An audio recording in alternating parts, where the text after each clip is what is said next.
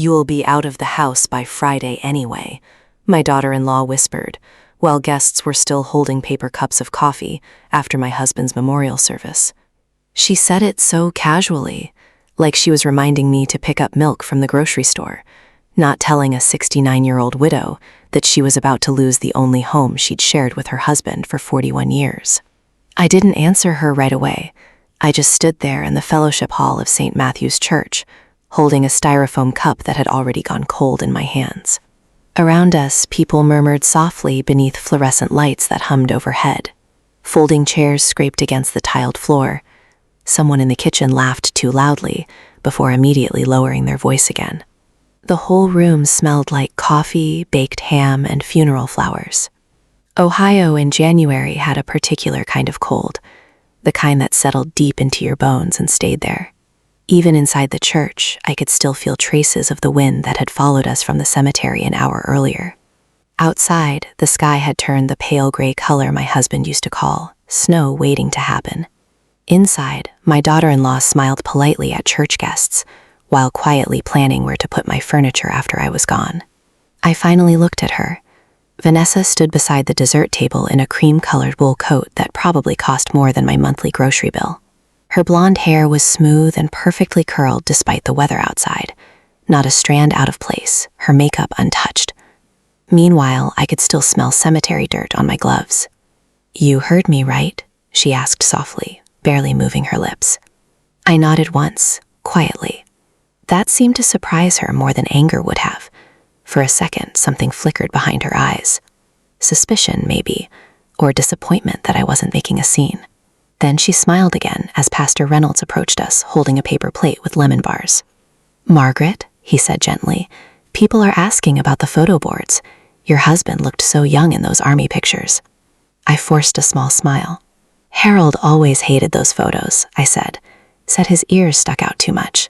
The pastor chuckled politely. Vanessa laughed too, but her hand tightened around the strap of her designer purse, like she was impatient for this entire day to end, like my grief was delaying something important to her. I noticed little things after Harold died, tiny shifts in tone, conversations stopping when I entered rooms, my son Daniel checking his phone while I spoke, Vanessa suddenly talking about space optimization and market timing. At first, I told myself grief made people strange. Now I wasn't so sure. "I'm glad to have you here," I said softly, though I wasn't even sure who I was talking to anymore. "Stay with me until the end, and tell me where you're listening from. Sometimes I think stories like mine travel farther than we ever do." Pastor Reynolds squeezed my shoulder before walking away. Vanessa leaned closer immediately after he left. "Friday gives you enough time," she whispered. "Honestly, Margaret, it's probably better this way." Better. That word lodged itself somewhere deep inside my chest. I stared past her toward the long folding tables lined with casseroles brought by churchwomen who had known Harold since high school. Tuna noodle casserole, funeral potatoes, baked macaroni covered in breadcrumbs, the kind of food people in small Ohio towns always brought after someone died. Comfort food for people too heartbroken to cook. Mrs. Wheeler from 2 streets over was wrapping leftover dinner rolls in napkins for me to take home later. She kept dabbing at her eyes every few minutes. Harold fixed her porch railing 3 winters ago without charging her a cent. "He was one of the good ones," she'd whispered to me at the cemetery. Yes, he was. And now he was buried beneath 6 inches of frozen earth, while my daughter-in-law was already measuring the windows for new curtains. "You should eat something," Vanessa said. "You've barely touched anything all day." I looked down at my untouched plate, turkey slices turning cold beside a spoonful of green beans. I suddenly remembered another church dinner, spring of 1989, Harold standing beside me in this exact fellowship hall during Daniel's Eagle Scout ceremony. He'd worn a navy suit that was slightly too big around the shoulders because we couldn't afford tailoring back then. He kept sneaking cookies from the dessert table when he thought nobody noticed. I noticed. I always noticed. That was the thing about long marriages. You memorized each other slowly, like scripture. "Margaret?" "Margaret?" Vanessa's voice snapped me back. "You really should start thinking practically now." Practically. Another word people use when they're trying to remove your dignity one careful piece at a time. Across the room, I spotted Daniel talking quietly with two men from church near the coffee station. My son looked exhausted, but not from grief, from avoidance. He hadn't looked directly at me once during the memorial service. Not during the hymns, not during the burial, not even when they folded Harold's flag and placed it into my trembling hands. At one point during the graveside prayer, I reached instinctively for Daniel's hand. He pretended not to notice. That hurt more than Vanessa's whisper ever could. A child pulling away from you feels wrong no matter how old he becomes. Daniel agrees with me, Vanessa continued carefully. This house is too much for you now. Too much. The house Harold built with his own hands. The house where Daniel took his first steps holding onto the coffee table in the living room. The house where we marked pencil lines on the laundry room wall every birthday to measure his height. The house where Harold stayed awake 3 nights straight after Daniel got pneumonia in 2nd grade. Too much. I nodded again, still silent. Vanessa studied me more carefully this time. Maybe she expected begging, or tears, or outrage. Instead, I picked up my cold coffee and took a small sip. It tasted burnt. Somewhere near the kitchen doorway, a baby started crying softly before being carried outside. The sound echoed strangely through the fellowship hall.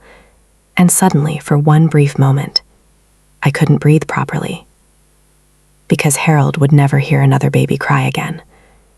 Never complain about another Browns game. Never fall asleep in his recliner with the television still on. 41 years. Gone in one icy January morning when his heart simply stopped while shoveling snow off the driveway.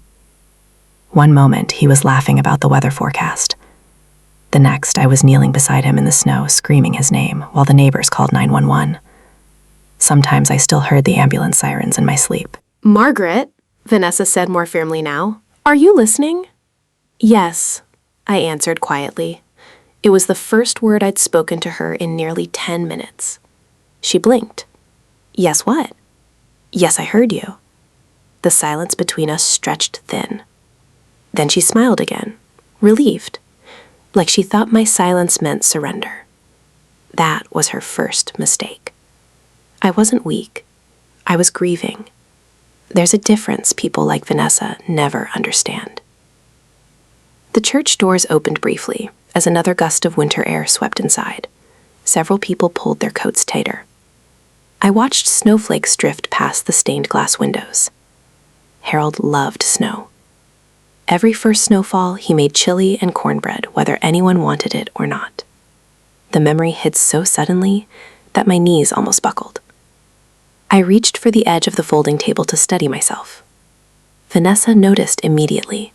Concern flashed across her face, but only for appearances. You okay? She asked loudly enough for nearby desks to hear. Suddenly, she sounded caring. Suddenly, she sounded like the devoted daughter-in-law. I almost admired how quickly she could switch masks. I'm fine, I said. Mrs. Wheeler approached then, carrying aluminum foil containers.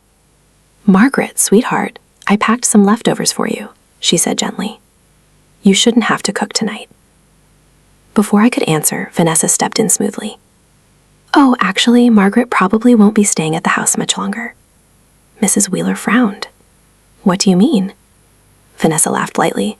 Oh, nothing's finalized yet. We're just helping her figure out her next steps. Her next steps. As if I were some confused old woman wandering away from a nursing home. Mrs. Wheeler looked at me. Really looked at me.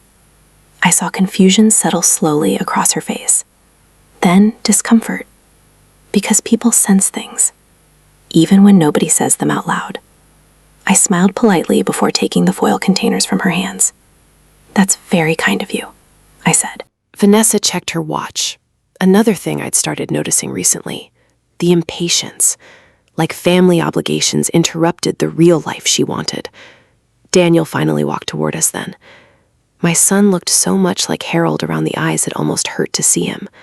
Same broad shoulders, same tired blue eyes.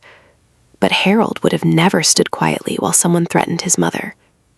Mom, Daniel said awkwardly, you ready to head home soon? Home. Interesting word. Vanessa glanced at him quickly. Tiny movement, barely noticeable. But I saw it. And suddenly something cold settled into place inside me. Something wasn't right. Not just grief. Not just family tension. Something deeper. Something already decided behind closed doors while I was still picking out burial clothes for my husband. I looked at my son carefully. "When were you planning to tell me?" I asked softly. Daniel froze. Vanessa answered before he could. "We didn't want to overwhelm you today. Today." As if being removed from my own home could wait politely beside the potato salad until after dessert. I watched Daniel carefully, waiting, hoping, begging silently for him to say, "That's not true. Nobody's making you leave. This is still your home." But he didn't. Instead, he rubbed the back of his neck, the same nervous way he did as a teenager. Whenever he lied.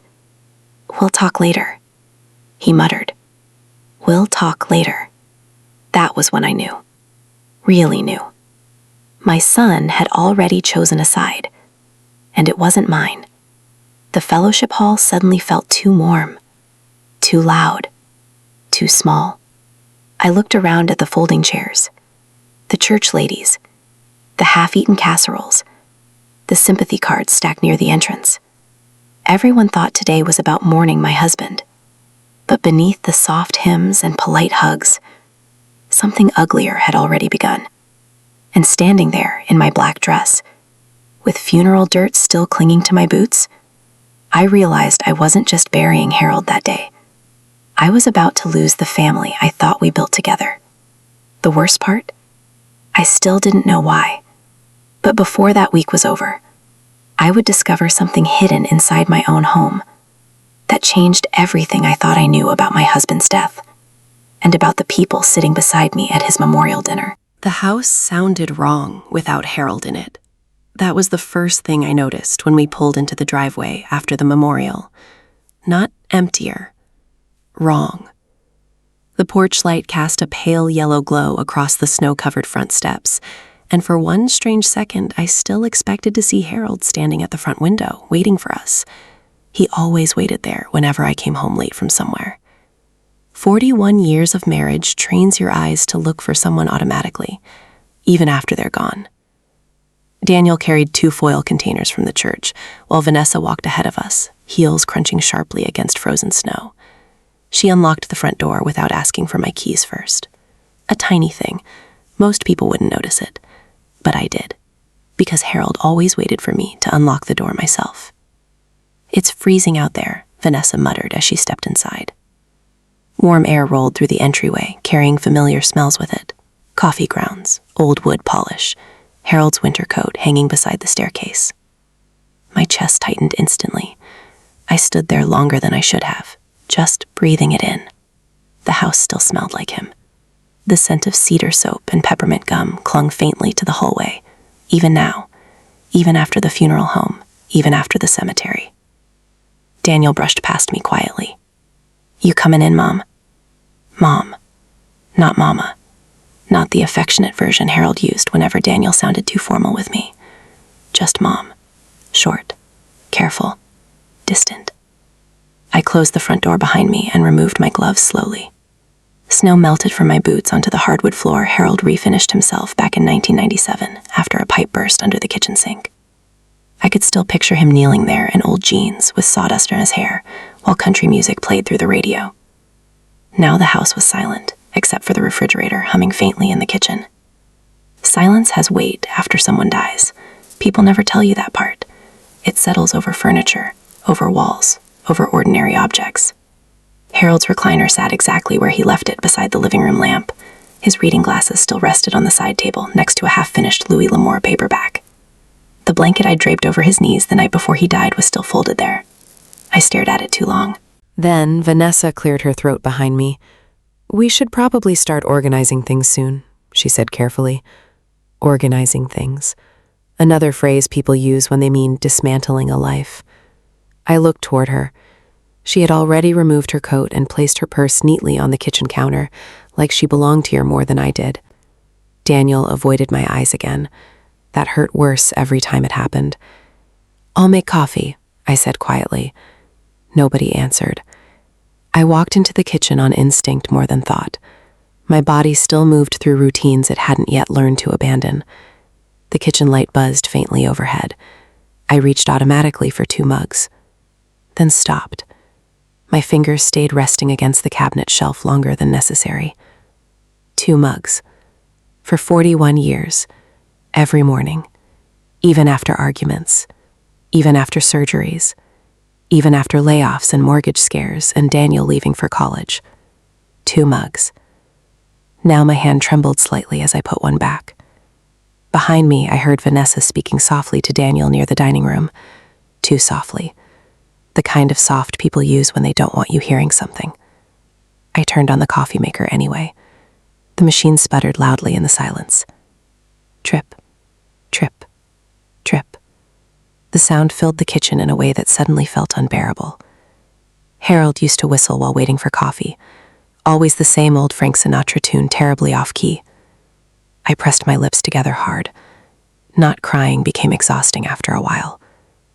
"You okay?" Daniel asked suddenly from the doorway. I nodded without turning around. "Yes," but my voice came out thinner than I intended. He stepped into the kitchen awkwardly. For a moment, I thought maybe he'd hug me. Maybe he'd finally look at me like his mother again instead of a problem nobody wanted to discuss. Instead, he opened the refrigerator. "You need groceries," he muttered absently. The comment landed strangely. Not cruel, not caring either. Just observational, like he was evaluating a property inspection. I stared at the blinking microwave clock above the stove. 6:14 p.m. Harold used to watch the local news at 6 while pretending not to complain about the Browns. I could almost hear his recliner creak from the living room. The silence afterward hurt more. Vanessa entered carrying several sympathy cards from church. "People were really generous," she said. "You should probably sort through these tomorrow." Probably. Should. Practical words. Cold words. I poured coffee into my mug and wrapped both hands around it, even though it burned my palms. The warmth grounded me. For a second. Then Vanessa opened a kitchen drawer. Not carefully. Confidently. Like someone already familiarizing herself with a place she intended to control. She pulled out scissors and began opening leftover containers from church. "Honestly, this kitchen has amazing potential," she said casually, "if someone modernized it." I looked up slowly. "What?" She smiled immediately. "Oh, I just mean eventually. Open shelving, better lighting, maybe remove that wallpaper." That wallpaper. The pale blue floral wallpaper Harold helped me hang 30 years ago, after I spent 3 months clipping decorating ideas from Better Homes and Gardens magazines. We argued the entire weekend because he kept putting panels upside down. By Sunday night, we were both covered in glue and laughing so hard we couldn't breathe. Now Vanessa looked at it like outdated clutter. Daniel stayed silent. Again, I watched him carefully over the rim of my coffee mug, waiting, hoping. Nothing came. That was becoming its own kind of answer. A floorboard creaked upstairs. Old houses settle differently in winter. Harold always said the house talked more when snow was coming. Tonight, it almost sounded restless. Vanessa leaned against the counter. "You know," she said lightly, "a smaller condo might actually be easier for you now." There it was, not even 12 hours after burying my husband. I kept my face calm. Outside the kitchen window, snow drifted softly beneath the streetlights. The neighborhood looked peaceful. Inside my chest, something colder was beginning to form. "I'm not moving into a condo," I said quietly. Vanessa gave a tiny laugh. "Well, obviously not immediately. Immediately, as if eviction from your own grief should happen in stages." Daniel finally spoke. "It's just something to think about, Mom." Something to think about. I looked at my son carefully then. Really looked at him. The dark circles under his eyes, the stiffness in his posture, the way he refused to meet my gaze for more than 2 seconds at a time. Guilt changes people physically. And suddenly, I realized something terrifying. This conversation wasn't spontaneous. They'd already discussed this. Maybe for days, maybe longer. My stomach tightened. I set my coffee mug down slowly. When exactly did you two start talking about me leaving? I asked. The kitchen went completely still. Even the refrigerator seemed quieter somehow. Vanessa answered too quickly. We're just trying to help. Not an answer. Daniel rubbed his forehead. We don't want you alone in a house this size. Alone? Interesting word from a son who barely visited twice a month before the funeral. I remembered last Thanksgiving suddenly. Harold carving turkey while Vanessa complained the dining room lighting made photos look dated. Daniel checking work emails during dessert. Me washing dishes alone afterward while hearing them whisper in the living room. At the time, I thought it was normal distance. Now, old memories were beginning to rearrange themselves into something uglier, like puzzle pieces finally locking together. Vanessa opened another cabinet, this time longer, studying, measuring. I noticed the look immediately. People look at houses differently when they think ownership might change. A strange chill crawled up my arms. The coffee no longer tasted warm. I think I'm tired, I said quietly. Nobody argued. That hurt too. If Harold had been alive, he would have followed me upstairs immediately, asking if I needed tea or aspirin or another blanket. Love reveals itself most clearly in ordinary concern. Its absence does too. I climbed the staircase slowly, my hand trailing across the wooden banister Harold varnished every spring, whether it needed it or not. Halfway up, I stopped. Voices drifted softly from the kitchen below. Vanessa, then Daniel, too low to fully hear. I waited. Markets does strong, Vanessa whispered. Silence. Then Daniel answered quietly, just give it time. Transferred. My blood turned cold. I stood frozen in darkness, gripping the hallway walls so hard my fingers hurt, because suddenly every strange moment from the past 2 days connected together, like shattered glass forming one terrible picture. The missing paperwork, the garage code, the boxes, the whispers. Friday, and beneath all of it, one horrifying realization slowly began settling into place. My son and his wife weren't waiting for me to grieve. They were waiting for me to leave. But what they still didn't know was that I had finally started looking for whatever Harold hid inside that envelope. And tomorrow morning, while they thought I was still mourning quietly upstairs, I was going to open it. I barely slept that night. Every sound in the house felt unfamiliar now. The heating vents rattling softly at 2 a.m, the refrigerator humming downstairs, the occasional groan of old wood settling beneath winter cold. For 41 years, those sounds meant home. Now they sounded like warnings. I lay awake beside Harold's empty half of the bed, staring at the faint glow of streetlights through the curtains. Snow kept falling outside, covering the neighborhood in that strange Ohio silence that comes during winter storms. At some point after midnight, I heard footsteps downstairs. Soft, careful, not the random sounds of someone getting water. Purposeful. I held my breath automatically. The footsteps paused near the staircase, then continued toward the kitchen. A cabinet opened quietly, then another. My fingers tightened around the blanket. For one irrational second, grief made me think Harold, but deep down I already knew. Harold never moved quietly through his own home. Vanessa did. I sat up slowly. The digital clock beside the bed read 2:17 a.m. Below me, another drawer slid open, then silence, long enough to make my pulse quicken. I slipped my feet into slippers and quietly crossed the bedroom floor. The hallway outside felt colder than usual. Dim yellow light from the kitchen stretched faintly across the downstairs floor. I moved carefully toward the staircase. Halfway down, I stopped. Vanessa stood alone in the kitchen wearing Daniel's oversized college sweatshirt, her blonde hair tied loosely back. She wasn't eating, she was searching. Papers covered the kitchen island, folders, envelopes, bills. Harold's handwriting. My stomach tightened instantly. She flipped through documents quickly, irritation flashing across her face every few seconds. Then she suddenly froze. I stepped back instinctively before she could see me. My heart hammered painfully against my ribs. A moment later, I heard her sigh heavily, then whisper, "Where the hell did he put it?" Not grief, not sadness, frustration, like someone hunting for misplaced keys. I stayed perfectly still in the shadows of the staircase. Finally, she gathered the papers into neat stacks and walked upstairs again without noticing me. I waited until her bedroom door closed before moving. The kitchen smelled faintly like lavender lotion and cold coffee. Several file folders remained spread across the counter. Harold's insurance paperwork, tax returns, bank statements. I scanned them as quickly, then stopped cold. One folder was missing, the blue folder. Harold always kept the mortgage paperwork in a thick blue folder labeled House in black marker. I looked again. Nothing. A strange heaviness settled low in my stomach. Because Harold was obsessive about organization, nothing in this house ever went missing accidentally. I slowly gathered the remaining papers back together exactly how I found them. Then I turned off the kitchen light and stood alone in darkness, listening to the wind scrape snow against the windows. Something was happening inside my own home, and for the first time since Harold died, fear pushed briefly through the grief. Not fear of being alone, fear of being erased. The next morning, I woke to the smell of coffee.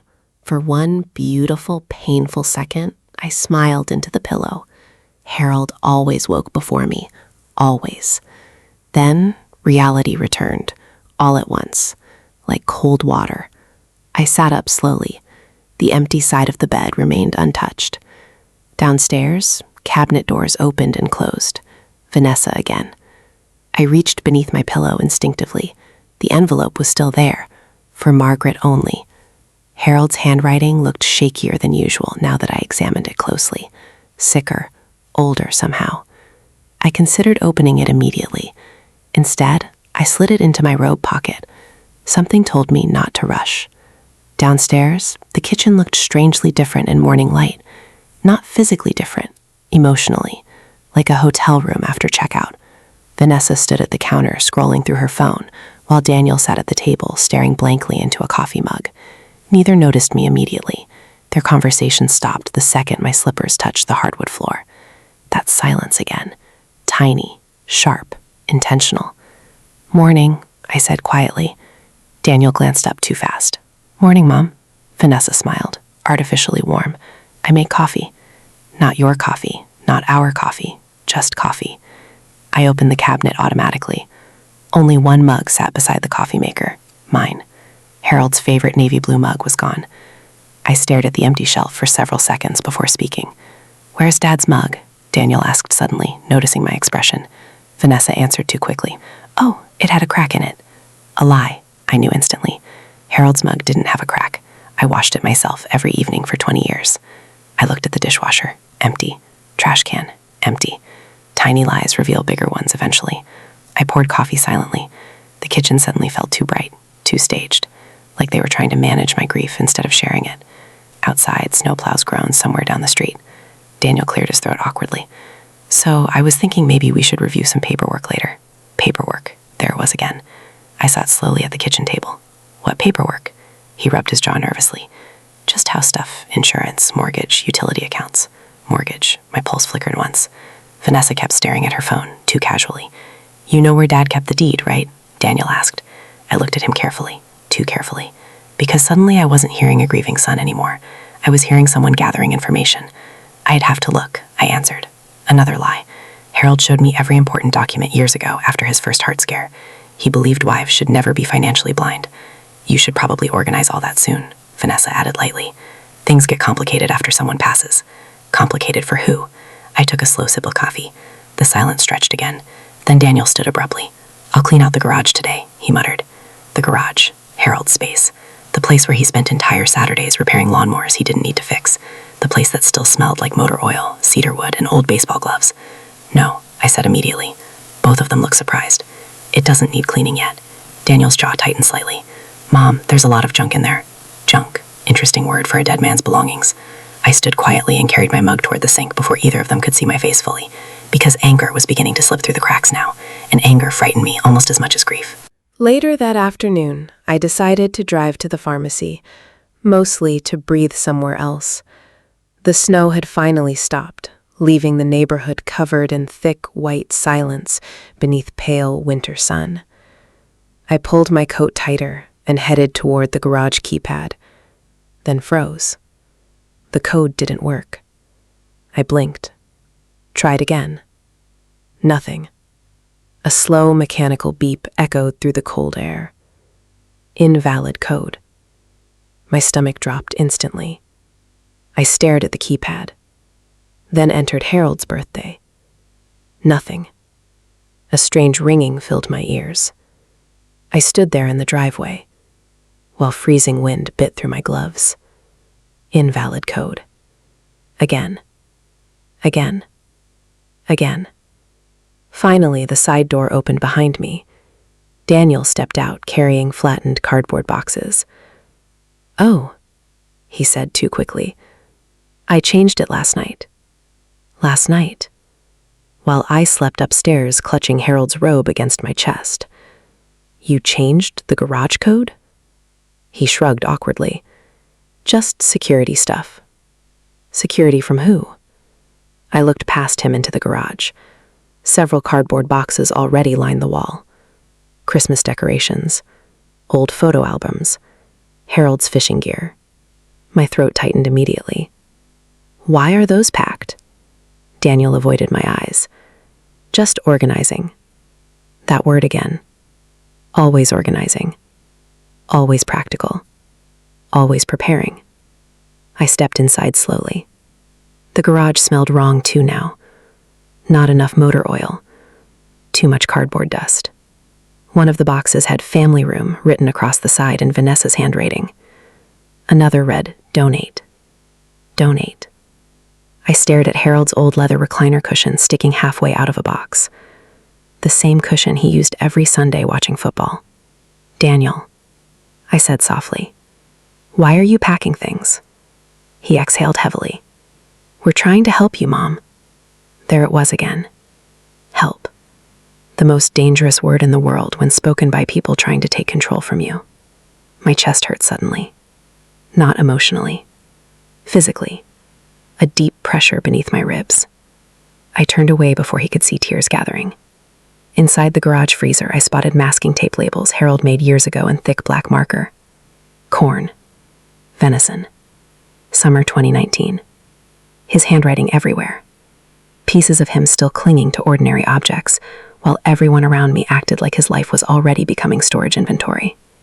Then I noticed something else. A metal filing cabinet near Harold's workbench stood slightly open. That cabinet was always locked. Always. I walked toward it slowly.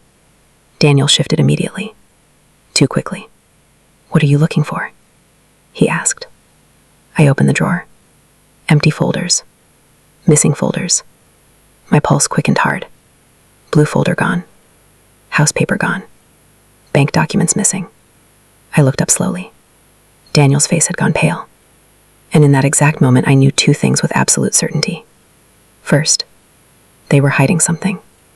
Second, Harold knew they would, because suddenly his words from years ago echoed clearly through my mind. "This house will always protect you, Maggie." At the time, I thought he meant emotionally. Now I wondered if he meant legally.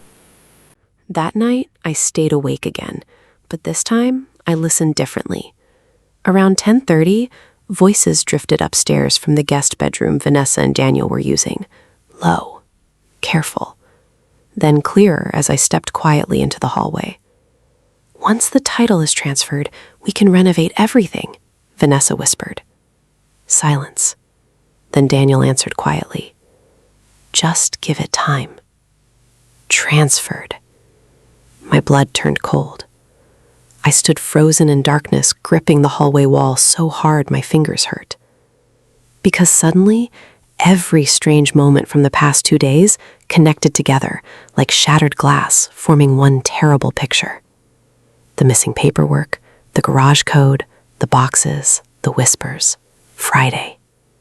And beneath all of it, one horrifying realization slowly began settling into place. My son and his wife weren't waiting for me to grieve. They were waiting for me to leave.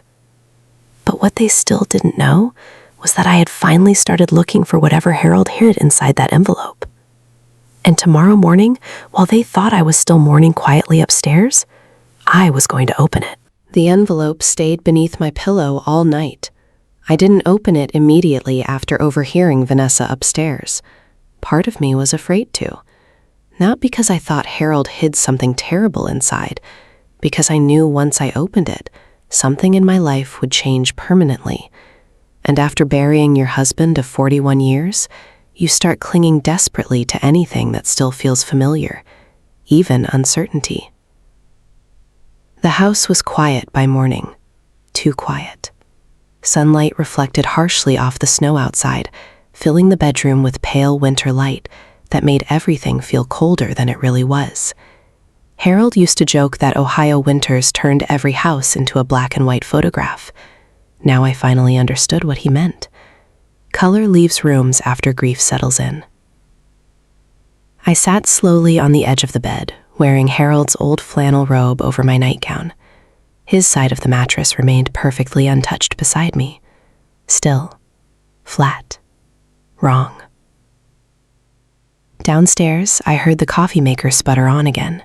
Vanessa, always awake early lately, always moving around my kitchen like she was rehearsing ownership. I reached beneath the pillow carefully and pulled out the envelope once more. For Margaret only. Harold's handwriting curved unevenly across the front in faded blue ink. My throat tightened instantly, because Harold's hands had started shaking during the last few months before he died. Not badly, just enough for me to notice when he signed birthday cards or balanced the checkbook. He always laughed it off. Old engines rattle a little, he'd joke. I traced the edge of the envelope with my thumb for several seconds before finally opening it. Inside was a folded handwritten letter and something else, a business card. I frowned immediately, not understanding yet. Then I unfolded the letter slowly. Margaret, if you're reading this, it means I didn't get the extra time I kept promising you. That line alone nearly destroyed me. I closed my eyes hard, because Harold always talked like that near the end, like death was an appointment he could negotiate with. I kept reading. I know you think I don't notice everything that happens in this house, but I do. I notice more than you realize. A strange chill moved through me. Downstairs, a cabinet door closed loudly. I kept reading anyway. Vanessa smiles too quickly when money gets mentioned. Daniel avoids conflict because he always has. That combination worries me more than my heart condition ever did. I stared at the page, my pulse quickening. Not because Harold mentioned Vanessa, because he had seen it too. The subtle greed, the manipulation hiding beneath politeness, the small humiliations I kept excusing because I didn't want conflict in the family. Suddenly, memories began replaying differently inside my head. Last Easter, Vanessa insisting Harold shouldn't waste money repairing the roof because, at your age, maybe downsizing makes more sense anyway. Christmas 2 years ago. Her joking that old homes were money pits for retired people. The way Daniel always stayed quiet afterward. At the time, I convinced myself I was sensitive. Now I wasn't so sure. I looked down at Harold's handwriting again. You've spent your whole life believing love means patience. Most of the time, you were right. But patience only works with people who still have respect in their hearts. My eyes burned suddenly, not from tears, recognition, because that sentence sounded exactly like Harold. Steady, quiet, observant. The kind of wisdom earned slowly through hard years. Outside, snow slid softly off the roof with a dull thump. The sound pulled me briefly backward through time. 1978, the first winter I met Harold. I was 23 and working at Woolworths in downtown Columbus. Harold came in every Thursday, pretending he needed hardware supplies just to talk to me near the checkout counter. He wore work boots covered in drywall dust and smelled faintly like sawdust and motor oil. Not handsome in a movie star way. Real handsome, solid, safe. The kind of man who held doors open without making a performance out of it. One Thursday, he finally asked me to dinner. I remember laughing nervously because his ears turned bright red while asking. We ate meatloaf at a tiny diner off Route 40 while snow piled against the windows outside. Halfway through dinner, the power went out. Most people complained. Harold lit one of the emergency candles from behind the register and said, "Well, now it looks expensive." I laughed so hard coffee nearly came out my nose. That was the moment. Not fireworks, not drama, just warmth. Real warmth. The kind that lasts 41 years. Downstairs, footsteps crossed the kitchen again. Present day returned instantly. I folded part of the letter closed as my heartbeat steadied, then continued reading. If something happens to me sooner than expected, I need you to promise me something. Do not let anyone pressure you before speaking to Richard Bennett. My eyes dropped immediately to the business card. Richard Bennett, attorney at law. I frowned harder. Harold never mentioned a Richard Bennett, not once. Another cold wave of confusion moved through me. Beneath the business card sat one final handwritten line. He knows where everything is. Everything. I stared at those words for a long time. Then another memory surfaced unexpectedly. 3 months ago, Harold standing in the garage beside his toolbox while snow fell outside. He thought I was inside, but I'd walked halfway down the driveway before realizing I forgot my purse. When I returned, Harold was talking quietly on the phone. Serious voice, not angry, careful. The moment he saw me, he ended the call immediately. Everything okay? I asked. He smiled too fast. Just paperwork stuff. Paperwork. The same word Daniel kept using now. A strange uneasiness settled deeper into my chest. How long had Harold known something was wrong? And why didn't he tell me directly? I looked around the bedroom slowly. The floral wallpaper we hung together back in 1992 still curled slightly near the window corner where Harold accidentally used the wrong adhesive. The old dresser still carried faint scratches from when Daniel crashed a toy fire truck into it at age 6. Harold's snow beads remained near the closet door with dried salt stains still crusted around the soles. Every object in this room carried history. Real history. Not investment value, not resale potential. Life. And suddenly the coldness downstairs felt even crueler against those memories. I continued reading. I know you think protecting people means staying quiet, but sometimes staying quiet only teaches selfish people how far they can push you. My throat tightened painfully. Because Harold knew me too well, I avoided confrontation my entire life. I smoothed things over, made excuses, absorbed discomfort to keep peace in the family. Meanwhile, Vanessa operated differently. She tested boundaries slowly. Tiny comments, tiny humiliations, tiny manipulations, always small enough to deny later. That's how people like her work. Not storms, termites, slow damage hidden inside walls, until one day the whole house collapses. The realization made me physically cold. I pulled Harold's robe tighter around my shoulders, then froze suddenly. Footsteps on the stairs. I folded the letter instantly. Too late. A knock sounded lightly against the bedroom door. Margaret? Vanessa. I slid the business card beneath the blanket beside me. Yes. The door opened slowly. Vanessa stepped inside carrying a basket of folded laundry. The performance almost impressed me. Concerned daughter-in-law. Helpful, gentle, domestic. Only now I could see the calculation underneath it. I just wanted to check on you, she said softly. I nodded once. She placed the laundry basket near the dresser. Then her eyes moved around a room. Scanning, subtle, but intentional. Noticing things, evaluating. Her gaze paused briefly near Harold's nightstand. Then the closet. Then the filing cabinet beneath the window. My pulse quickened again. She's looking for something. The realization arrived instantly and completely. Not emotionally, instinctively. Like finally understanding a language you've been hearing for years. You should probably rest today, Vanessa continued. Daniel's taking care of some paperwork downstairs. Paperwork again. I forced a tired smile. That's thoughtful. She nodded slowly, but before leaving, her eyes flicked once more toward the bed, toward the pillow, toward where the envelope had been hidden all night. Then she smiled, too calmly, and left.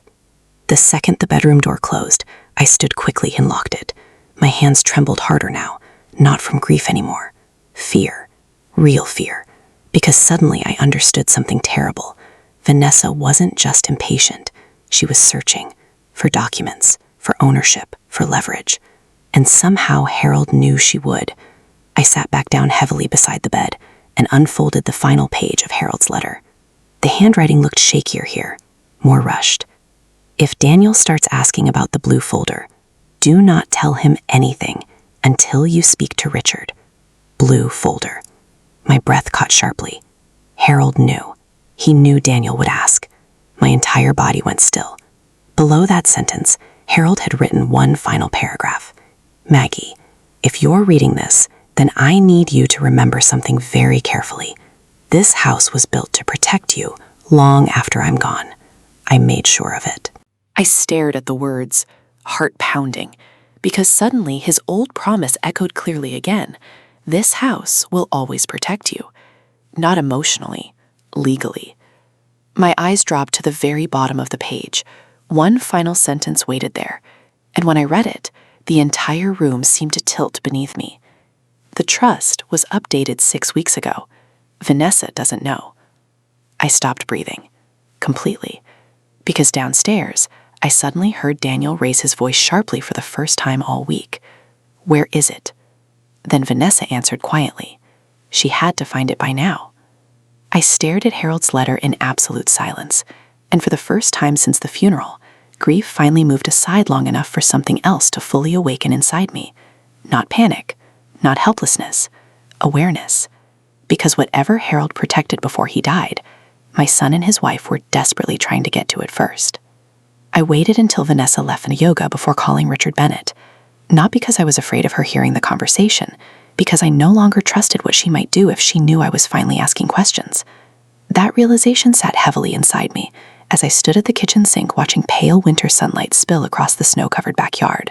The maple tree Harold planted when Daniel was born stood frozen beneath a layer of ice, its branches brittle and silver against the gray Ohio sky. Harold used to hang Christmas lights on that tree every December, no matter how cold it got. One year he slipped off the ladder and bruised his ribs so badly he could barely sleep for a week. Still hung the lights the next year. Traditions matter, he always said. Now his son was discussing property values, while strangers' casserole dishes still sat in my refrigerator. I wrapped both hands around my coffee mug and stared at Richard Bennett's business card again. Simple cream-colored cardstock. No fancy logo. Just Richard Bennett, a state attorney. And beneath it, Worthington, Ohio. I glanced toward the hallway instinctively before dialing. The house had changed me in only 3 days. I listened differently now, moved differently, thought differently. Grief had cracked something open, and suspicion had crawled inside afterward. The phone rang twice. Then a calm, older voice answered. Richard Bennett speaking. For a moment I couldn't speak, because saying his name aloud somehow made Harold's absence feel painfully official. "Mr. Bennett," I said finally, my voice quieter than intended. "My name is Margaret Lawson." Silence. Not confused silence. Recognition. Then his voice softened immediately. "Mrs. Lawson." The way he said it told me everything. Harold had spoken about me. "I'm very sorry about Harold," he continued gently. "I was expecting your call eventually." Eventually, my fingers tightened around the phone. "You were?" Another pause, measured this time. "Yes." Outside, snow slid softly from the roof again. The sound made me suddenly cold. "I found a letter," I said carefully. "I assumed you might." Not surprise, confirmation. I closed my eyes briefly, because every answer only created larger questions now. Richard exhaled quietly on the other end. "Mrs. Lawson, are you alone?" I looked toward the staircase automatically. The house creaked softly somewhere upstairs. "Yes." Good. That single word tightened every muscle in my body. Not panic. Awareness. The same awareness Harold's letter had already started awakening inside me. "I'd prefer not to discuss details over the phone," Richard continued. "Can you come into my office today?" I glanced toward the driveway. Daniel had taken Harold's truck earlier that morning, probably to the hardware store, or maybe to pack more boxes. The thought hardened something inside me. "Yes," I answered. 1 o'clock. "And Margaret?" His voice lowered slightly. "Please don't sign anything before we speak." My pulse skipped hard. "Sign what?" Another careful silence. Then, "We'll discuss it in person." The line clicked dead a moment later. I stood motionless in the kitchen long after the call ended. The refrigerator hummed quietly beside me. Coffee cooled untouched in my hands, and for the first time since Harold died, grief moved slightly into the background. Not gone, never gone, but pushed aside by something sharper now. Instinct. Because Harold hadn't simply prepared paperwork before his death. He prepared for people, specific people, and somehow that hurt almost more than losing him. The drive to Worthington took 40 minutes. Gray slush lined the highways where snowplows had pushed aside dirty snowbanks. Winter sunlight flashed weakly against frozen fields as old country songs played softly through the radio. Harold loved winter drives. He always packed peanut butter crackers in the glove compartment, in case of emergencies, though neither of us ever understood what emergency required crackers specifically. At a stoplight near Dublin, I suddenly remembered one February years ago when we got stranded during an ice storm after Daniel's basketball tournament. We spent 3 hours inside Harold's truck eating gas station peanuts and singing badly to Johnny Cash songs while snow buried the highway around us. At the time, it felt inconvenient. Now it felt priceless.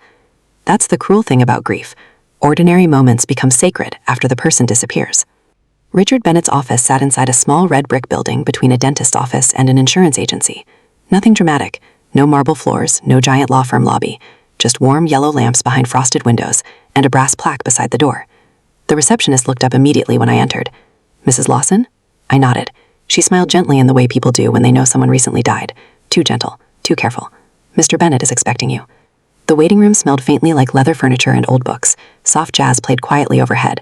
Snow melted from my boots onto the dark carpet while I removed my gloves slowly.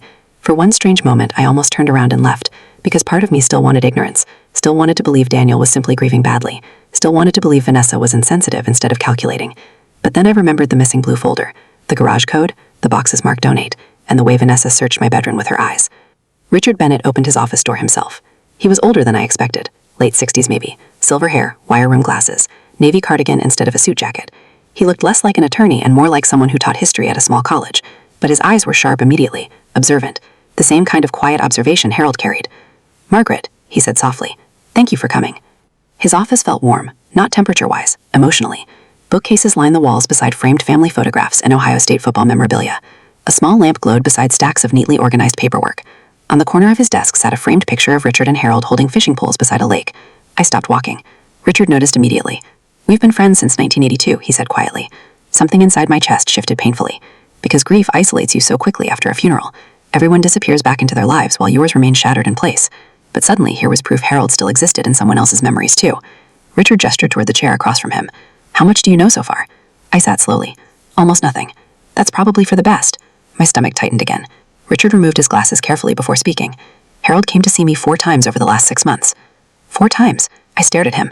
He never told me. "No," Richard agreed quietly. "He didn't want to upset you unless necessary." Necessary.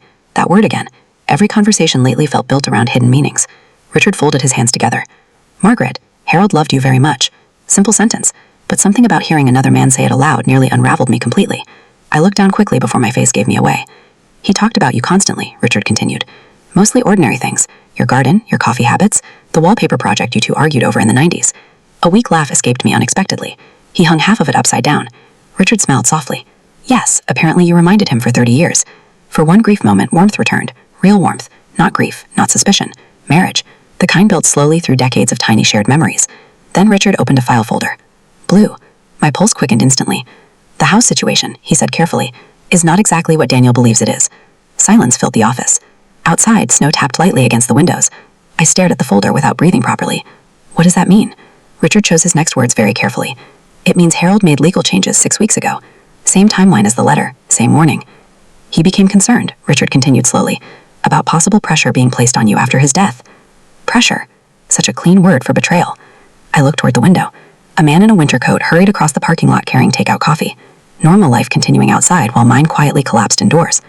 "Did Harold distrust Vanessa?" I asked finally. Richard paused, long enough to answer honestly without speaking immediately. "I believe Harold observed patterns that worried him." Patterns. That was exactly it. Not one giant act of cruelty. Small things. Tiny cuts over years. Vanessa convincing Daniel to skip holidays. Suggesting assisted living, jokingly. Talking about retirement finances constantly. Asking uncomfortable questions about the house. Patterns. Richard opened the blue folder carefully but angled the papers away from me slightly. Not hiding them, protecting timing. "There are safeguards in place," he said calmly. "What kind of safeguards?" Again, careful silence. Then, "The kind that activate if coercion becomes an issue." My heart pounded harder. Coercion. Such a clinical legal word, yet suddenly I could see exactly why Harold chose it. Not violence, not screaming. Pressure. Manipulation. Isolation. Tiny pushes designed to make an elderly woman surrender quietly. Richard leaned forward slightly. "Margaret, I need you to hear me clearly." I nodded. "Do not sign anything." The seriousness in his voice chilled me instantly. "Has Daniel asked you to?" "No. Yet." That single word changed the air in the room, because suddenly I realized this wasn't paranoia anymore. Harold planned specifically for something, and Richard expected it might already be starting. I gripped the arms of the chair tightly. "They changed the garage code," I whispered before realizing I was speaking aloud. "And they're packing things already." Richard's expression darkened subtly. Not surprise, confirmation. "They've also been searching for paperwork," I added quietly. "The blue folder?" I looked up sharply. "Yes." Richard removed his glasses again slowly. "That folder no longer matters." My pulse quickened. "Why?" A small pause. Then the first true hint of steel entered his voice, because Harold anticipated that possibility too. I stared at him, and suddenly I understood something terrifying. Harold didn't make one emergency decision before dying. He built layers, protections, barriers, contingencies, like a man quietly preparing for a storm he knew was coming. Richard slid a sealed envelope across the desk toward me. "This stays with you now. I looked down at it. My name written across the front in Harold's handwriting again. Another letter, another secret. Another piece of my husband I never knew existed until after death. My chest ached sharply. Why didn't he tell me? I whispered. Richard's expression softened. Because he was trying to protect your peace for as long as possible. That answer somehow hurt more than any betrayal. Because that was Harold, always carrying the heavier burden quietly. I stood slowly after nearly an hour of conversation that somehow answered everything and nothing at once. Richard walked me toward the office door personally. Before I left, he spoke one final time. Margaret, I turned. His expression had changed. Less attorney now, more warning. If Daniel or Vanessa suddenly become unusually urgent about paperwork, access to accounts, ownership documents, or medical decisions, he paused. Call me immediately. Cold spread slowly through my chest, because suddenly I realized something else. Vanessa wasn't just looking for money. She was looking for control. And if Harold built legal protections before he died, then Daniel and Vanessa might already know those protections exist. They just didn't know where. As I stepped back outside into the freezing Ohio air, snow began falling again. Soft, quiet, relentless. And standing there beneath the gray winter sky, clutching Harold's second envelope against my chest, I realized something that finally frightened me more than grief itself. I was no longer mourning inside a safe home. I was living inside a silent legal battle that had already started before Harold was even married. When I pulled back into the driveway, the house no longer looked like my home. Not completely. The snowbanks along the sidewalk had turned gray from road salt, and Harold's truck sat crooked near the garage because Daniel never parked it carefully the way Harold did. One kitchen light glowed through the front window, even though it was barely 4 in the afternoon. Warm light, cold house. I sat in the car for almost 2 full minutes with the engine running. The second envelope rested inside my purse beside Richard Bennett's business card. Heavy. Not physically, emotionally. Because somewhere between Richard's office and my driveway, something inside me had shifted. I was still grieving, still exhausted, still waking up every morning expecting to hear Harold coughing downstairs while making coffee. But underneath the grief now lived something steadier.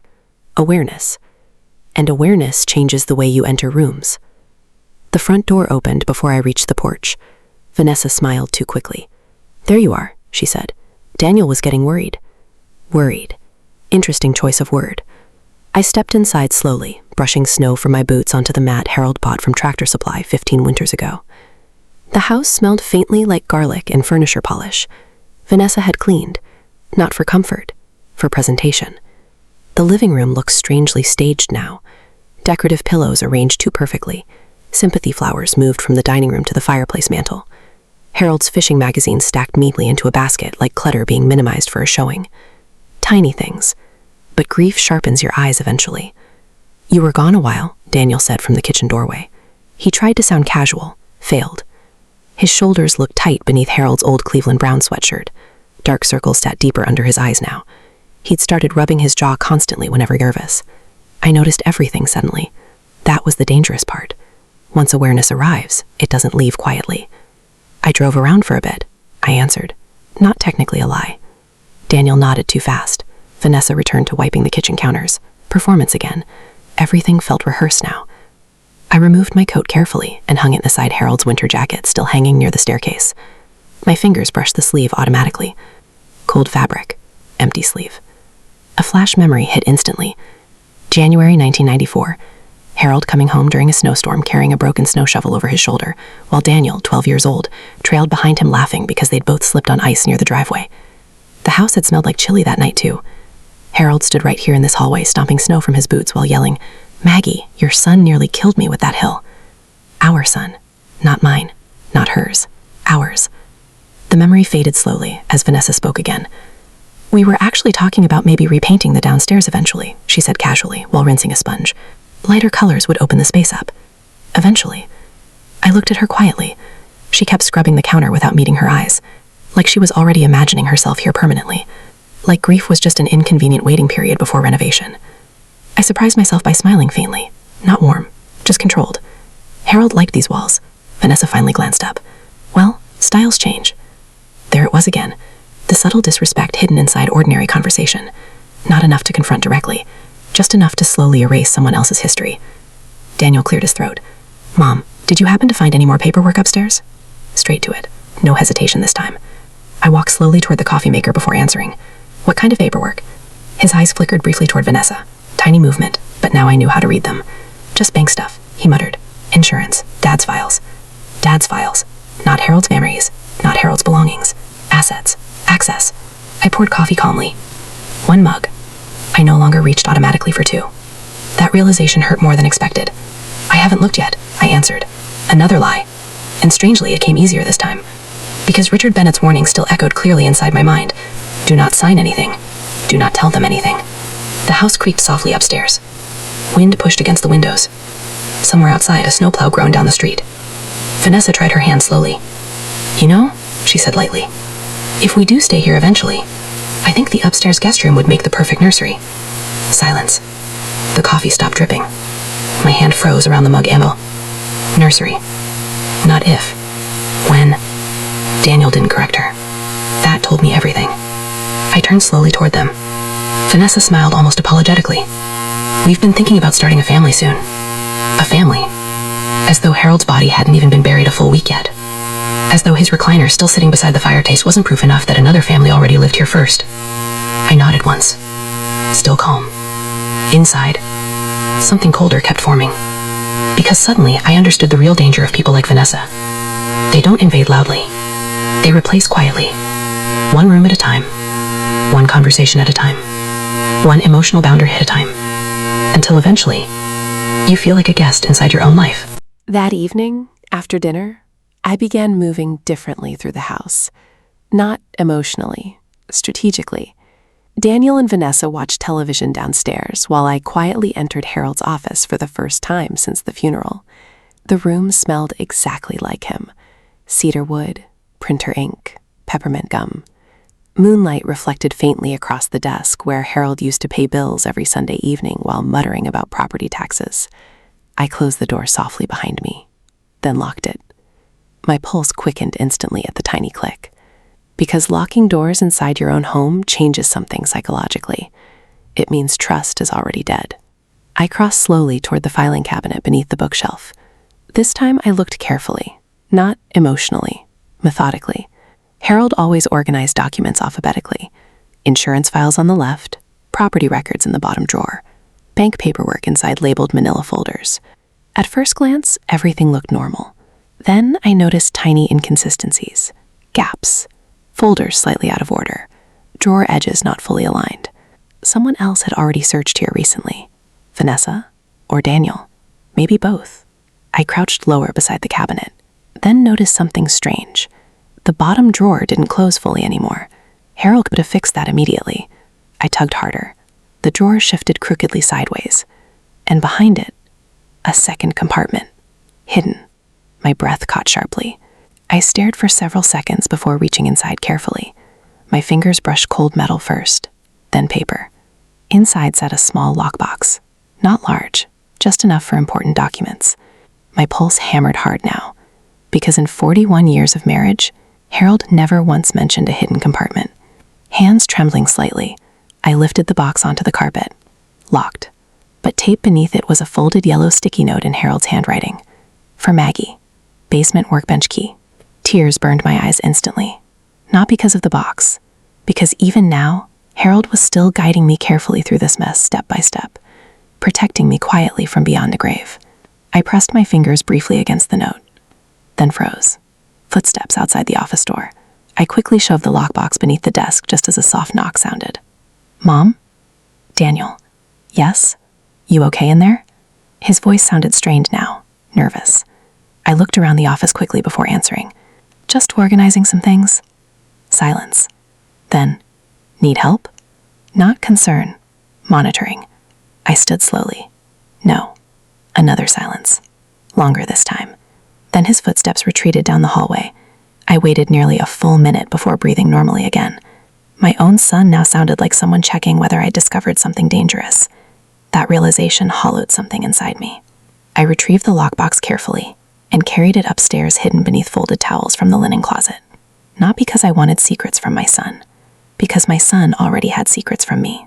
Later that night, while Vanessa showered upstairs, I slipped quietly into the basement. The unfinished basement smelled like concrete dust, laundry detergent, and old wood. Harold loved this basement. Spent entire winters building shelves nobody asked for. His workbench remained exactly as he left it. Tools hanging perfectly organized across pegboards. Coffee stains on the wood surface. Tiny pencil marks where he measured lumber. I found the small brass key taped beneath the workbench, exactly where Harold's note said it would be. My chest tightened painfully again. He knew. Every step of this. He knew they'd search the house after his death. He knew I'd eventually have to search too. Upstairs, muffled footsteps crossed the floor above me. I unlocked the box slowly. Inside were copies of legal documents, trust paperwork, bank account records, property filings, and one additional envelope labeled, "If Daniel pressures you." My hands went ice cold, because suddenly the situation no longer felt hypothetical. Harold expected this specifically, not possible conflict, specific pressure from our son. I sat heavily on Harold's old workshop stool trying to steady my breathing. Then another document caught my eye. Printed bank activity. Highlighted. Several recent access attempts. My pulse quickened instantly. One name repeated beside denied authorization requests. Daniel Lawson. I stared at the page in absolute silence. 3 separate attempts. 2 weeks before Harold died. 1 attempt 3 days after the funeral. Denied. Denied. Denied. My entire body went still. Because suddenly I understood something horrifying. Daniel wasn't just preparing emotionally after Harold's death. He'd already been trying to access legal and financial control before we even buried his father. And upstairs, directly above me, my son and his wife were still pretending this was all about helping. By Thursday evening, the house no longer felt divided. It felt staged, like everyone inside was waiting for a performance to begin. Snow pressed softly against the windows, while the furnace clicked on and off beneath the floorboards. The dining room smelled like rosemary chicken and buttered rolls, but underneath it lingered another scent too now. Tension. Quiet. Heavy. Vanessa set the table using my wedding china. That detail unsettled me more than it should have. Not because she used it, because she used it confidently, like she already considered it hers. I stood silently near the kitchen doorway, watching her arrange folded napkins beside Harold's old silverware set, while soft jazz played from the speaker near the living room. 3 days ago, she wouldn't even touch those dishes without asking first. Now she moved through the house like someone mentally redecorating. Daniel sat at the dining table, pretending to scroll through work emails, though I noticed he'd been staring at the same screen for nearly 10 minutes. Nervous people repeat movements. I noticed everything now. That was the problem with waking up emotionally. Once you finally see manipulation clearly, ordinary family dinners start looking like negotiations. "You should sit down," Vanessa said pleasantly. "Dinner's getting cold." Her voice sounded polished tonight, prepared. I walked slowly toward the table. Outside, snowflakes drifted beneath the porch light Harold installed 20 years ago after I complained the driveway looked too dark in winter. He spent an entire Saturday wiring that light himself, while Daniel held the flashlight crooked the whole time. I could still hear Harold laughing. Kids trying to blind me. Now that same porch light illuminated a house full of secrets. I sat carefully in my usual chair. Harold's chair remained empty beside me. Nobody mentioned it anymore. That hurt too. At first, after a death, people treat absence gently. Then slowly they start arranging life around it. Vanessa placed mashed potatoes onto my plate before sitting across from me.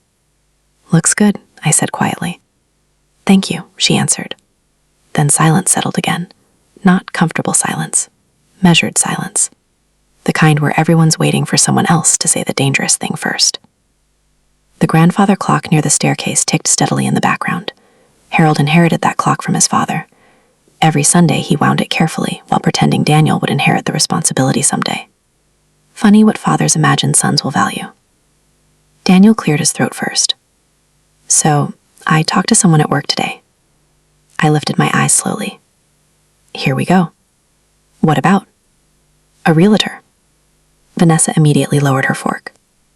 Not surprised. Prepared. My pulse remained calm somehow. That surprised me most. 3 days ago, this conversation would have shattered me. Now I simply observed it, like watching weather move across a field. "And?" I asked. Daniel rubbed his jaw again. "The market's still really strong right now." Market. Not memories. Not grief. Market. Vanessa leaned forward gently. "We just don't want you overwhelmed with maintenance here, Margaret." There it was. Packaged concern, carefully rehearsed. I cut slowly into my chicken before answering. This house never overwhelmed your father. Daniel sighed immediately. Mom, it's different now. Different. Interesting word. I looked around the dining room quietly. The floral wallpaper Harold and I hung in 1992 still curled slightly near the ceiling corner. Tiny scratches remained on the hardwood from when Daniel roller skated indoors during a snowstorm at age 9. Every inch of this room carried fingerprints of our life together. But to Vanessa, it was square footage, opportunity, potential. I mean, practically, Daniel continued, the stairs alone aren't ideal long-term. Long-term. The discussion had shifted subtly now. Not if I'd leave, when. Vanessa took a careful sip of wine before speaking again. We actually saw a really beautiful condo development near Dublin. Condo, again. Always smaller, quieter, temporary. Like they were gradually shrinking my existence through conversation alone. I folded my napkin slowly onto my lap. You've both spent a lot of time planning my future lately. Daniel froze slightly. Vanessa smiled too quickly. We're just trying to help. The same phrase, over and over. People repeat language when they're building emotional pressure. I'd started learning that. Outside, wind rattled softly against the windows. The grandfather clock ticked louder somehow. Daniel leaned back in his chair. You can't stay here forever alone, Mom. Alone. Again. Interesting how often he used that word now, as though loneliness itself disqualified ownership. I studied my son carefully. Really studied him. The thinning hair near his temples, the exhaustion around his eyes, the nervous tapping fingers against the table. This wasn't a cruel man. That almost made everything worse. Cruel people are easier to hate. Weak people break your heart slower. Your father and I built this house together, I said quietly. Daniel exhaled heavily. And nobody's taking that away. A lie. Not technically, emotionally. Vanessa reached for her wine glass. We just think everyone would be happier with a more practical arrangement. Everyone, not you. Everyone. Tiny manipulations hide inside plural words. I took another slow bite of chicken, then asked casually, what exactly is the arrangement? Silence. Real silence this time. Vanessa glanced quickly toward Daniel. Daniel stared at his plate. And suddenly I knew something important. They had discussed this privately many times, but never fully agreed on how to say it aloud to me. Interesting. Daniel finally spoke carefully. Well, if you sold the house, you could use the equity for assisted living later if needed. There it was. Not condo anymore. Assisted living. The room seemed to narrow slightly around me. Vanessa jumped in immediately. Not now, obviously. Obviously. As if the timeline made it kinder. I looked toward Harold's empty chair, and suddenly remembered another dinner years earlier, 1998. Daniel failing algebra, slamming his fork down dramatically while insisting his teacher hated him. Harold sitting calmly beside him saying, families don't corner each other at dinner tables, son. Funny what memories return during betrayal. I folded my hands tearfully together. Then I decided to test them. Not emotionally, strategically. Richard Bennett's words echoed quietly inside me. Observe, do not reveal too much too soon. So I kept my voice calm, almost conversational. Do either of you actually know whose house this is? Everything stopped. Completely. The grandfather clock kept ticking. Somewhere upstairs, heating pipes clicked softly. But at the table itself, stillness. Vanessa's fingers tightened visibly around her wine glass. Daniel blinked. Once. Twice. I watched their faces carefully, and for the first time all week, I saw fear. Tiny. Brief. But real. Vanessa recovered first. Well, technically it was Harold's house. Was. Not yours. Not ours. Harold's. Interesting. I tilted my head slightly. Technically? Daniel shifted uncomfortably in his chair. Mom, what does that mean? There it was. Nervousness. Actual nervousness. Not confidence, not ownership. Which meant something critical. They didn't know. Not fully. Not yet. My pulse stayed perfectly steady now. A strange calm had settled over me since opening Harold's letters. Not peace, exactly. Preparation. I picked up my water glass carefully. Your father handled most legal paperwork himself, I said. Daniel leaned forward instantly. Too quickly. What paperwork? Vanessa shot him a subtle look. Slow down. I saw it clearly. The room suddenly felt colder despite the heat running beneath the floorboards. Snow scraped softly against the windows outside. And for the first time since the funeral, I realized something important. I was no longer the weakest person at this table. That realization changed everything. Vanessa forced a small laugh. Well, obviously Harold owned the house. Daniel's his next of kin. No, not certainty. Assumption. Huge difference. I let silence sit there intentionally. People reveal themselves fastest when silence makes them uncomfortable. Daniel finally spoke again. You are planning to go through probate, right? My eyes lifted slowly toward him. Probate. There it was. Legal language, prepared language, not grief language. I thought about the denied authorization attempts Richard showed me, 3 attempts before Harold even died. A strange sadness moved quietly through my chest. Not shock anymore, mourning. Because somewhere along the way, my son stopped seeing this house as home and started seeing it as access. And maybe Vanessa helped him get there. Or maybe weakness simply followed the loudest voice in the room. Either way, the result was the same. I looked directly at Daniel for the first time all evening. When did you become so interested in legal paperwork? He opened his mouth, closed it again. Vanessa answered instead. We're just trying to avoid complications. Complications. Another clean word hiding ugly intentions. I nodded slowly, then smiled faintly. Not warm, not angry, just knowing. And that smile changed the atmosphere instantly, because suddenly Vanessa looked uncertain. Not scared exactly, but unsettled, like she realized she'd misread me completely. Good. Let her wonder. Daniel pushed his plate away untouched. Mom, are you saying Dad changed something?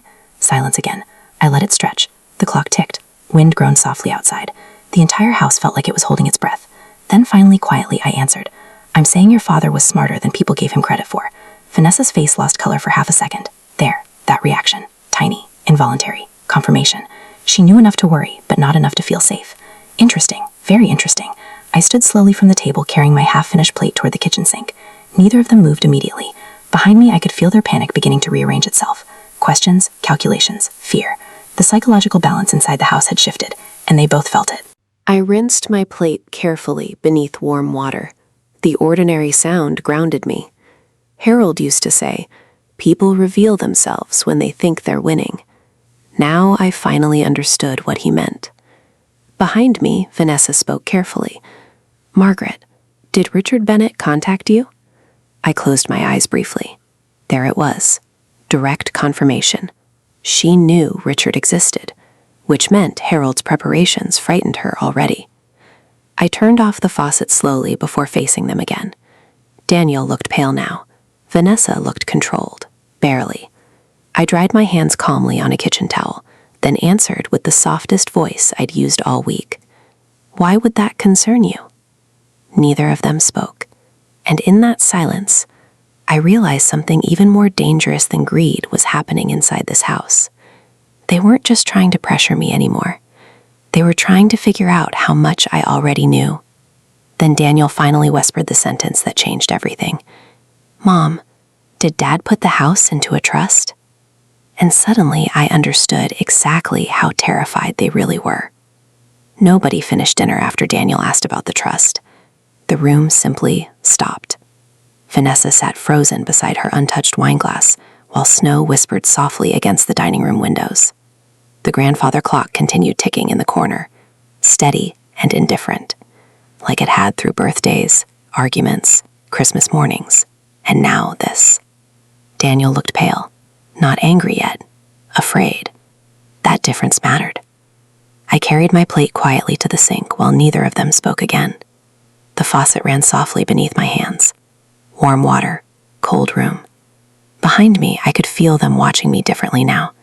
Not like a grieving widow, like a problem they no longer understood. And strangely, that realization calmed me. For days, I'd felt cornered inside my own home. Now the balance had shifted. Not completely, but enough. I dried my hands carefully before turning back toward them. I have an appointment tomorrow morning, I said calmly. With Richard Bennett? Vanessa asked immediately. Too fast. Too sharp. There it was again. Fear slipping through the polish. I met her eyes for the first time all evening. Yes. Silence. Daniel swallowed hard. What exactly did Dad do? I studied my son quietly. 43 years old. Tired eyes. Harold's jawline. Vanessa's anxiety sitting inside his posture like poison slowly spreading through water. For one painful second, I saw the little boy who used to fall asleep on Harold's chest during Sunday football games. Then I remembered the denied authorization attempts. 3 of them. 2 before Harold even died. And something inside me stayed cold. I guess we'll find out tomorrow, I answered softly. Vanessa stood abruptly. Well, maybe we should all go together. Not concern. Control. Richard had warned me already. Observe who suddenly becomes urgent. Daniel rubbed both hands across his face. Mom, if Dad changed legal stuff, we deserve to know. Deserve. Interesting word. I picked up Harold's empty coffee mug from beside the sink before answering. Do you? The room went still again. Vanessa crossed her arms tightly now. Defensive posture. First crack. Margaret, nobody's trying to hurt you. Another lie, wrapped in soft language.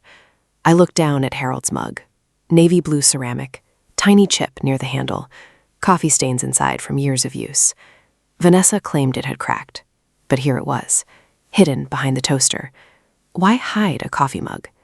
Because people practicing deception often make small mistakes first, and small mistakes reveal bigger truths eventually. I rinsed the mug carefully, then carried it upstairs without another word.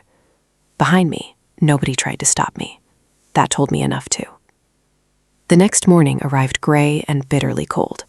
Ice coated the mailbox outside, and the driveway crunched beneath my boots as I walked toward my Buick. Harold used to salt the walkway before sunrise every winter because he worried I'd slip. The salt bucket still sat beside the garage door, half full. Another ordinary object suddenly carrying unbearable weight.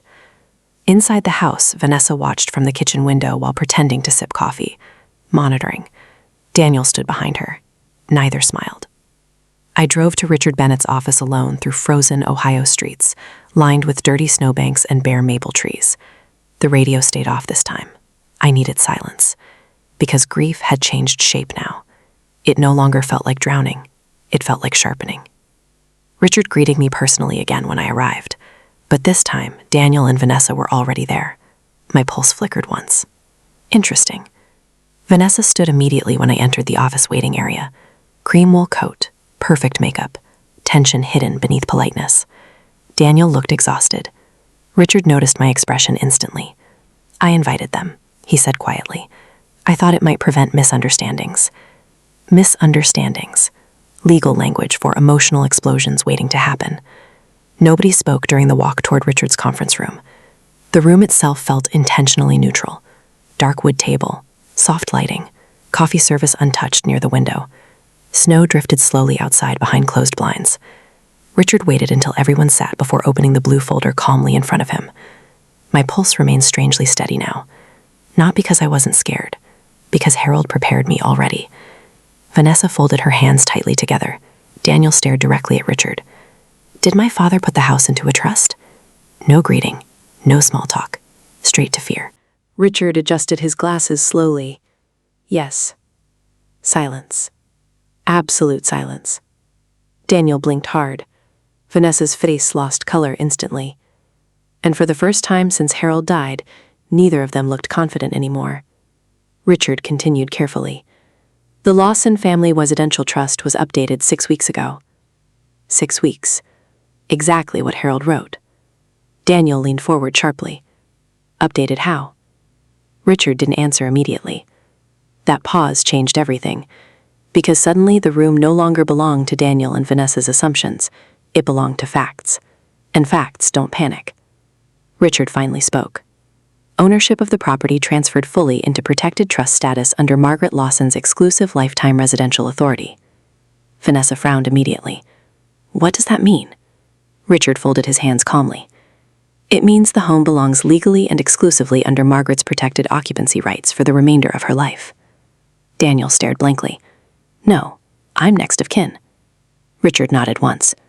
For inheritance purposes, eventually, yes, but not for control. Control. There was the word again. Vanessa sat straighter now. So she can still sell it? If she independently chooses to. Independently. Another deliberate word. The room suddenly felt colder despite the heat running overhead. Daniel looked confused now. Actually confused. Like someone realizing halfway through a conversation that he misunderstood the rules entirely. But after she passes, Richard interrupted gently. If Margaret remains protected and uncoerced, certain inheritance provisions remain intact. If. The conditional hung heavily in the room. Vanessa noticed it too. What does that mean? She asked carefully. Richard looked directly at her for the first time. It means Harold anticipated possible undue pressure after his death. Pressure. Not accusation. Worse. Documentation. Daniel's face changed instantly. Are you saying Dad thought I'd manipulate my own mother? Richard stayed calm. I'm saying Harold included specific legal protections against forgery. No screaming, No drama, just facts. And somehow facts devastated harder. Daniel leaned back slowly in his chair like someone physically hit him. I would never. Richard opened another folder quietly. 3 printed pages slid across the table. Denied authorization attempts. I watched Daniel recognize them instantly. His face strained completely. Vanessa looked down sharply. Silence exploded through the room. Not loud, heavy. Richard's voice remained level. These attempts were flagged automatically through Harold's financial protections. Daniel stared at the paperwork. I was trying to help with bills. The explanation sounded weak even to him. Richard nodded slightly. Without authorization. Vanessa spoke suddenly.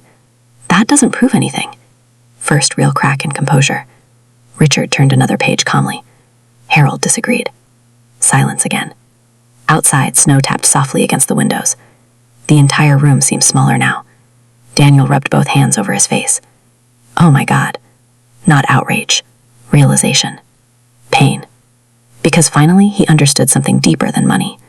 His father stopped trusting him completely. That realization hollowed him out right in front of me. And despite everything, part of me still hurt watching it happen. That was the cruel thing about motherhood. Even betrayal doesn't erase love cleanly. Richard slid another document across the table. This clause activates immediately if evidence of coercive housing pressure occurs. Vanessa looked genuinely nervous now. What clause? Richard read calmly from the document. Any attempt to pressure Margaret Lawson into relocation, involuntary property transfer, financial dependency manipulation, or residential displacement results in immediate suspension of beneficiary access pending legal review. Vanessa stared openly now. Daniel whispered, Jesus.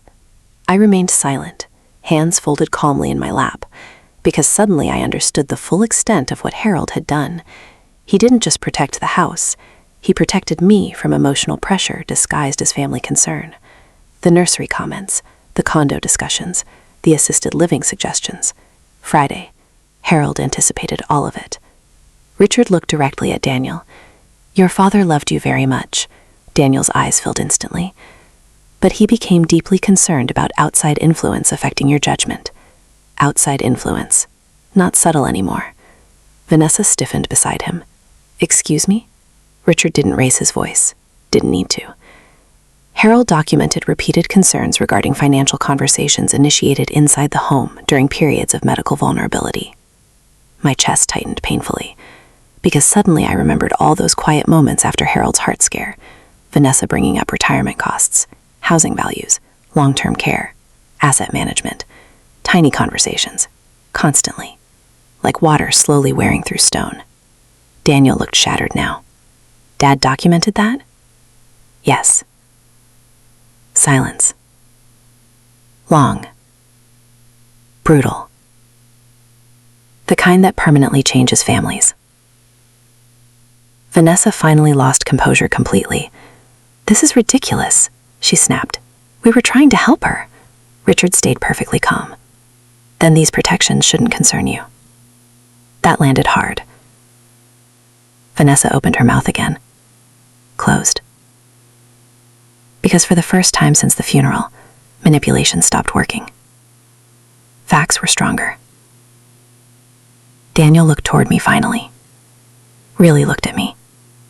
Not as obstacle. Not as grieving mother.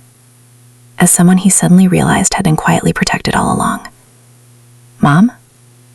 He whispered weakly. I met his eyes calmly. And for the first time all week, I didn't feel emotionally cornered anymore. I felt sad. Deeply sad. Because none of this had to happen. Harold should have spent his final months fishing, watching football, arguing with me about thermostat settings. Instead, he spent them building legal defenses against his own family. That truth devastated me more than any paperwork. Richard closed the final folder carefully. One more thing. The room tightened instantly. There is also a secondary provision. Vanessa's face went pale again. Richard looked directly at Daniel. If continued coercive behavior is legally established, your beneficiary position within the trust may be permanently reduced. Complete silence. No movement. No breathing. Nothing.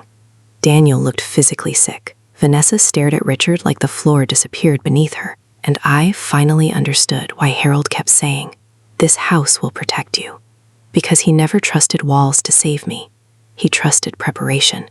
Careful, quiet, relentless preparation, just like the man himself. As we stood to leave, Daniel remained seated, staring at the paperwork like a stranger reading his own life incorrectly. Vanessa no longer looked polished. She looked frightened. And as I picked up my purse beside the conference table, Richard quietly handed me Harold's wedding ring. I froze. "I found it inside the final trust envelope," he said softly. Harold asked me to return it after the meeting. My fingers trembled as I took it. Warm gold against cold skin. 41 years suddenly sitting in the palm of my hand. Then Richard added one final sentence. Quietly.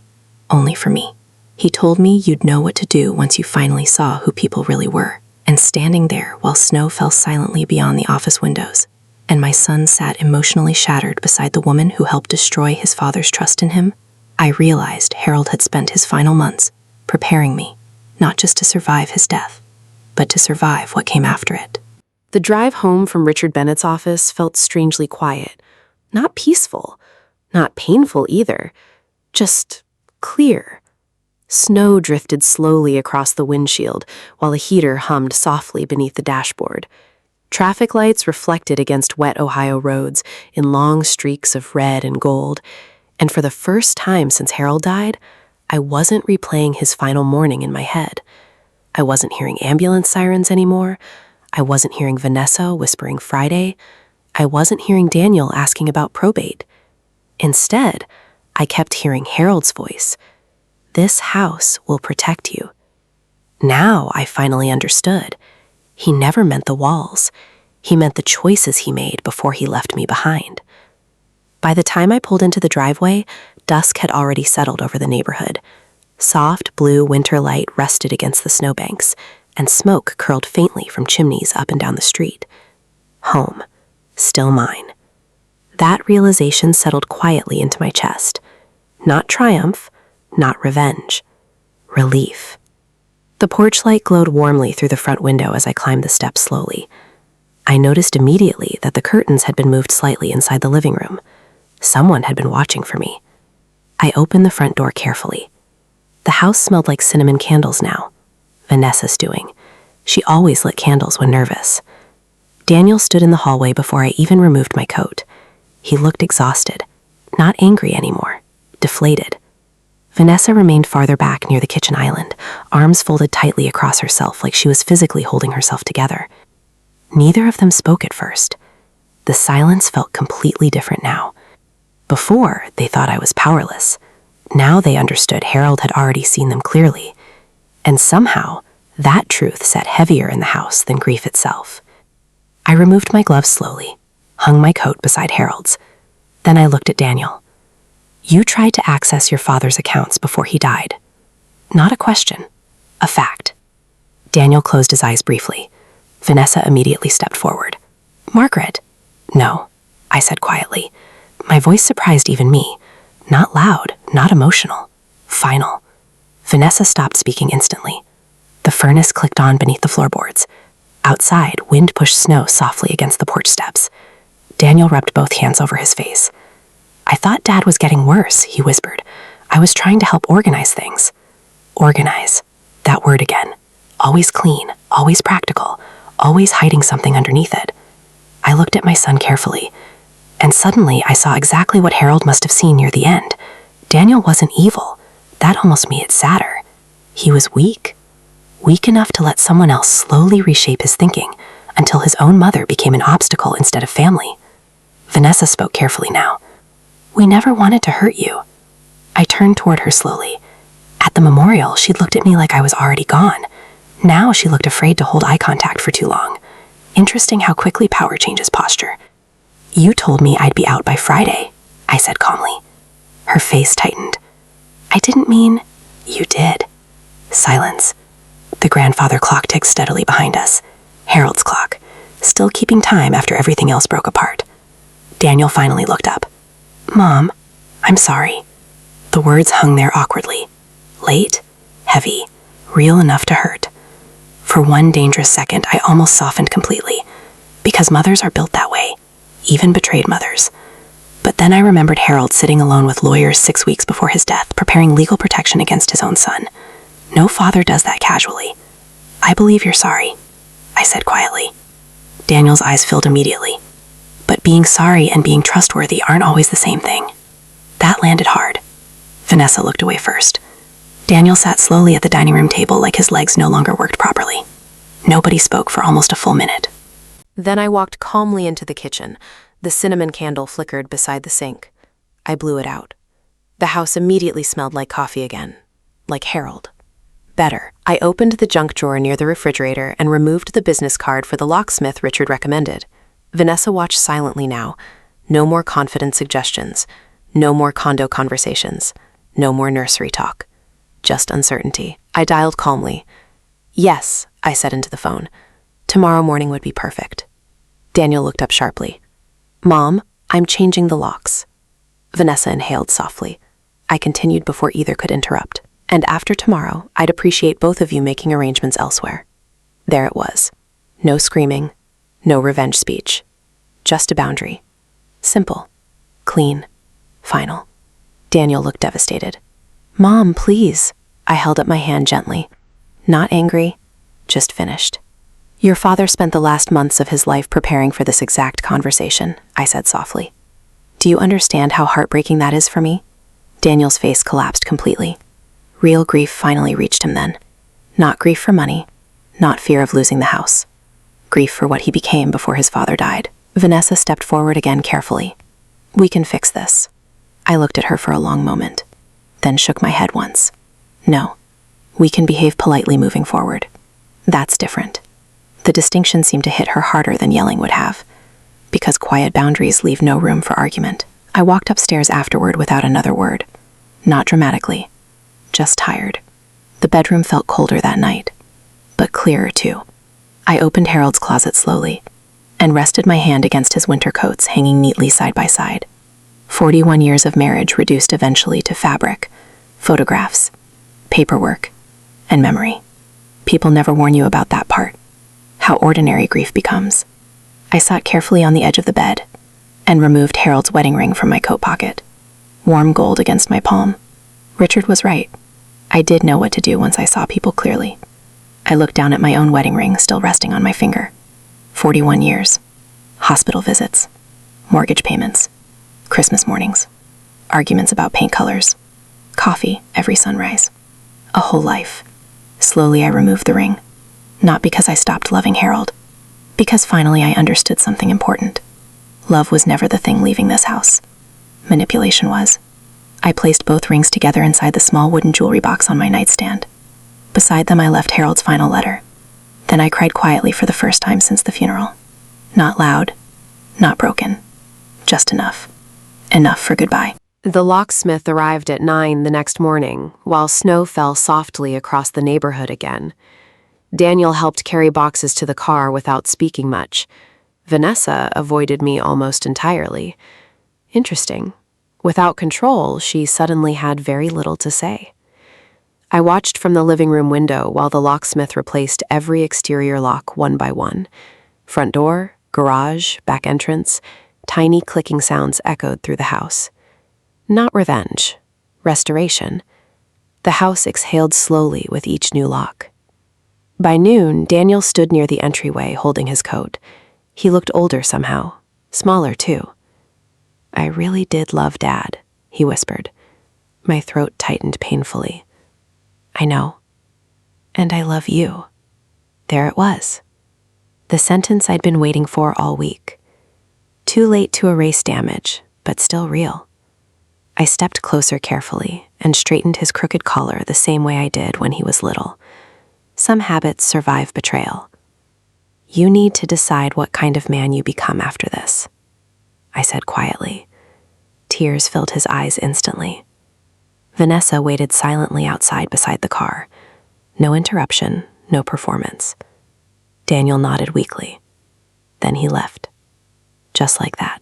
The front door closed softly behind him, and suddenly the house became silent again.